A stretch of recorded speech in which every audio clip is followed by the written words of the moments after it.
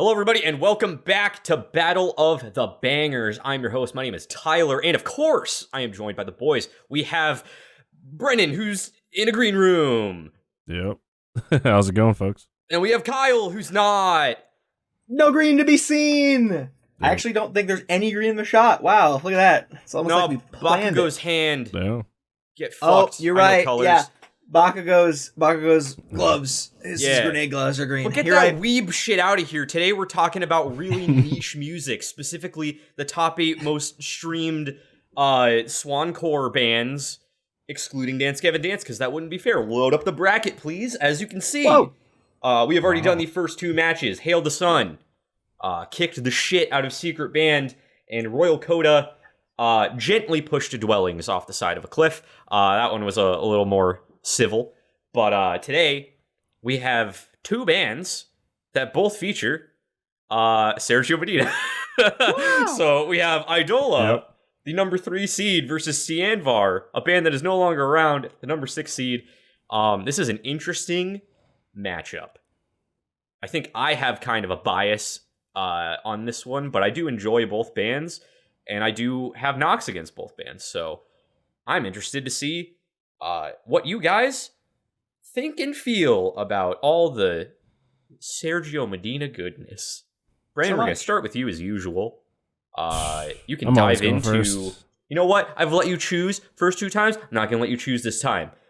I use my host power to force you to talk about Sianvar. Oh, that's so mean. Rise up. See, the thing is, I absolutely love Sianvar. I think that their 2016 album, Stay Lost, I think is one of the best albums from Swancore. I mean, you have 1100 Days, An Absolute Bop, Omniphobia, Stay Lost, Foxholes and Deities. Like this album is absolutely packed from top to bottom. And their EP they released a couple years prior, is also really good. I think, and I remember whenever they released the song Omniphobia and hearing Sergio and Will Swan kind of, come together and just hearing, because this band kind of reminds me of Royal Coda, but obviously with a different vocalist and a different overall vibe. Yeah. But just hearing them go back and forth on that track, and then hearing them, because that was the initial single, and then hearing them go back and forth on the rest of the album with Donovan Malero having his vocal performance over top. The drumming was always really solid. This album is incredible from top to bottom. And, if we make this show a couple years ago or over a year ago, I'd probably feel like Sianvar had the better record. But, of course, all they have are those 2 releases. They're not really a thing anymore. So, Sianvar is really good. I definitely recommend a listen, but don't expect anything new from them. But really solid band. Yeah, and I agree with all of that wholeheartedly. Kyle, you didn't even know Sianvar existed until last week. No. What do you think of them as a first-time listener? I thought they were really fucking good. I kind of share the exact same things that you have already said, Brendan, for the most part. As a first-time listener, though, I was just really impressed that they take a very standard songwriting format, it feels like, and they just take that Will Swan goodness and they dabble it all over the top. They got these cool little fucking moments all over the place. It almost kind of feels like, I know if you watch the last episode, the last matchup, it kind of feels like if Will Swan helped Dwellings make music. It's kind of what it feels like in a way. I don't really have a big deep dive in them, so I don't know for sure, but my gut instinct was it kind of feels like Dwellings style, but if Will Swan was writing more intricate shit in it. So I don't know if that's true, but that's just what my gut instinct was. I definitely come back and listen to it again. I saved the album when I listened to it. The fact that they're really not around doesn't give me a lot of gusto to really dive into them a ton. But I mean, I can appreciate really good music. I feel like it's just wildly well crafted, and I can't deny that. But other than that, I mean, it was good. Yeah. That's all I got. Sianvar really is just the Swancore Avengers as far as like, you know, lineups go, because you got people from a bunch of different bands, a lot of which are in this bracket. And, you know, like Brennan said, I think that their last album specifically was primo, not a bad song on it, and the EP was great as well. I unfortunately have like very bad memories associated with the release of that album, so like I haven't been able to fully appreciate it basically since it came out. I was working a real shit job when that came out, so like my memories of like going to work and listening to that on the way there, it was like good car rides, but man, fuck the rest of everything happening around that time, so I haven't really gone back to it since then. But definitely well-crafted stuff, definitely deserving of listening to if you haven't, for sure. Super, super solid stuff. But going up against Eidola, who just released one of our favorite albums of 2021, and that is this is quite the fight. Brennan, do you think?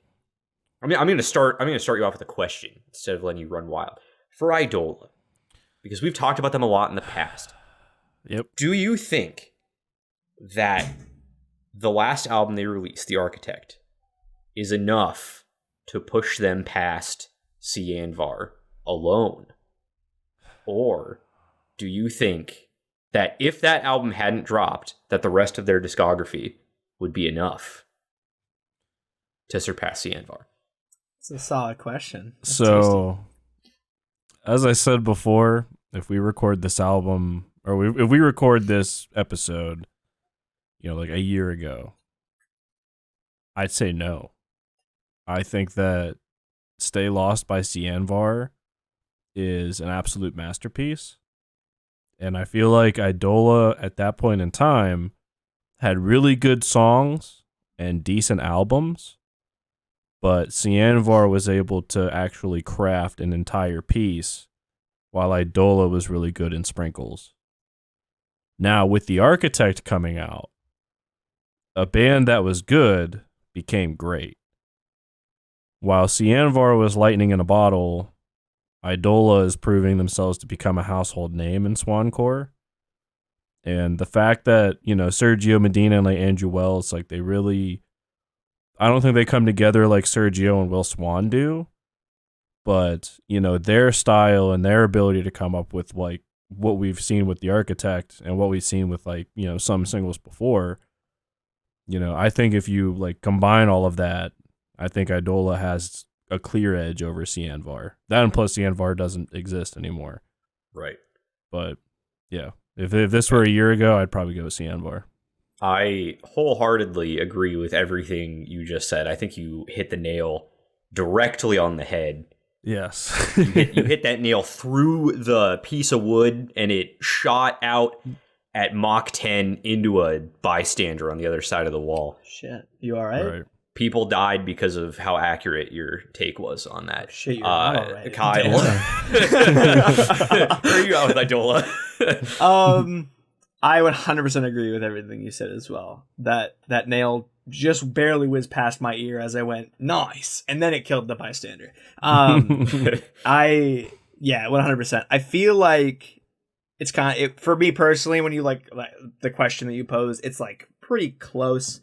Probably edge towards Sianvar, like you guys end up going with. I mean, Architect really does just fucking knock it out of the park. I mean, we've gushed about the album forever, so I'm not going to gush about it here. But what I will do is kind of build off what Brennan said, just from my own personal experience with Eidola and kind of ours, because we all went to the concert and everything, and we've seen what they've done. Because to me, what Eidola has done has like been awesome, right? They've made good music in the past. They're making great music now. The Architect is one of the best albums I've heard in recent years. Straight up. But then on top of that, I've seen like Andrew Wells like go and do awesome stuff with DGD. I've seen the band live now, and that energy that they give is something that I'm really not feeling from some other bands. Like even that day that we saw those bands, like the energy they brought was like its own fucking thing, and it was awesome. And like all of these kind of things, I know that's more like a personal thing compared to Sianvar, who I've literally just heard about a week ago. But like all that like wrapped up into one, like seeing these guys perform, knowing that they're like they want to go out and do more things on top of making this cool music with Eidola, it just like how can I not? You know, like they're so fucking cool. They're cool guys. They're like really prolific guys, and they're also just within their own band making phenomenal fucking music. I'm sure we'll talk about them a little bit more in the next episode they show up in. So like for now, I mean, I don't think there's not much more I have to say. They're really fucking good.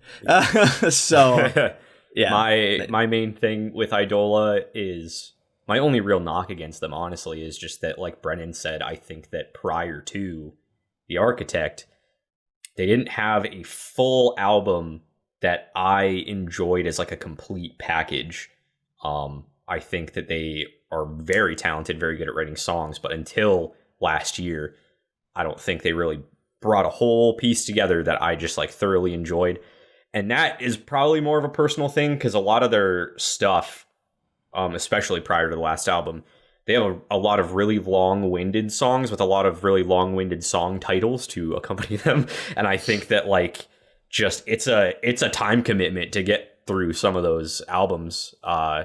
So I also agree. I think if we had done this like a year ago, I might have been leaning more towards Sianvar. But as it currently stands, I can't do that. Granted, my vote matters the least, so we're gonna have you guys vote first. But I'm just gonna throw that out there. But I think we all have a pretty clear idea of where we're going now. But Brennan, I will let you give your final thoughts and your vote. Like I said, if this was recorded a year or two ago, Sianvar. But since this is recorded present day, Eidola, hands down. Kyle, do you agree? Yeah, I give Sianvar a nice big old thumbs up because what they did was really good and really cool. But after that, fuck yeah, it's Eidola, baby. Slam dunk that shit. It's so tasty. Give me Eidola. Ooh, daddy, give me it. Daddy Dola. Feed it to me, please. Daddy Dola earned his name in our city, so we're contractually obligated to give him the W here. Eidola's moving on. Goodbye, Sianvar.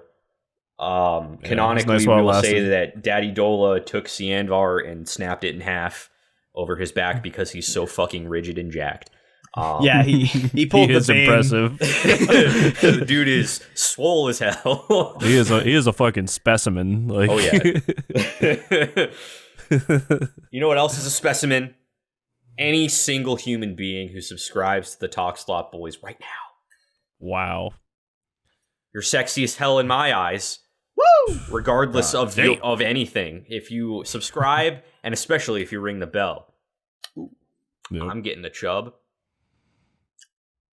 So, if that doesn't make you uncomfortable and you're into that, please subscribe to the Talk Slot. We're gonna lose subscribers. No. And then jokes on you. I'm not into that. Like unsubscribe. it if you liked this video, and don't hate us now. Also, please make sure to comment below with your thoughts on this matchup. Which band you prefer? If there's a band that you haven't even heard of, just, talk to us. We like being commented to.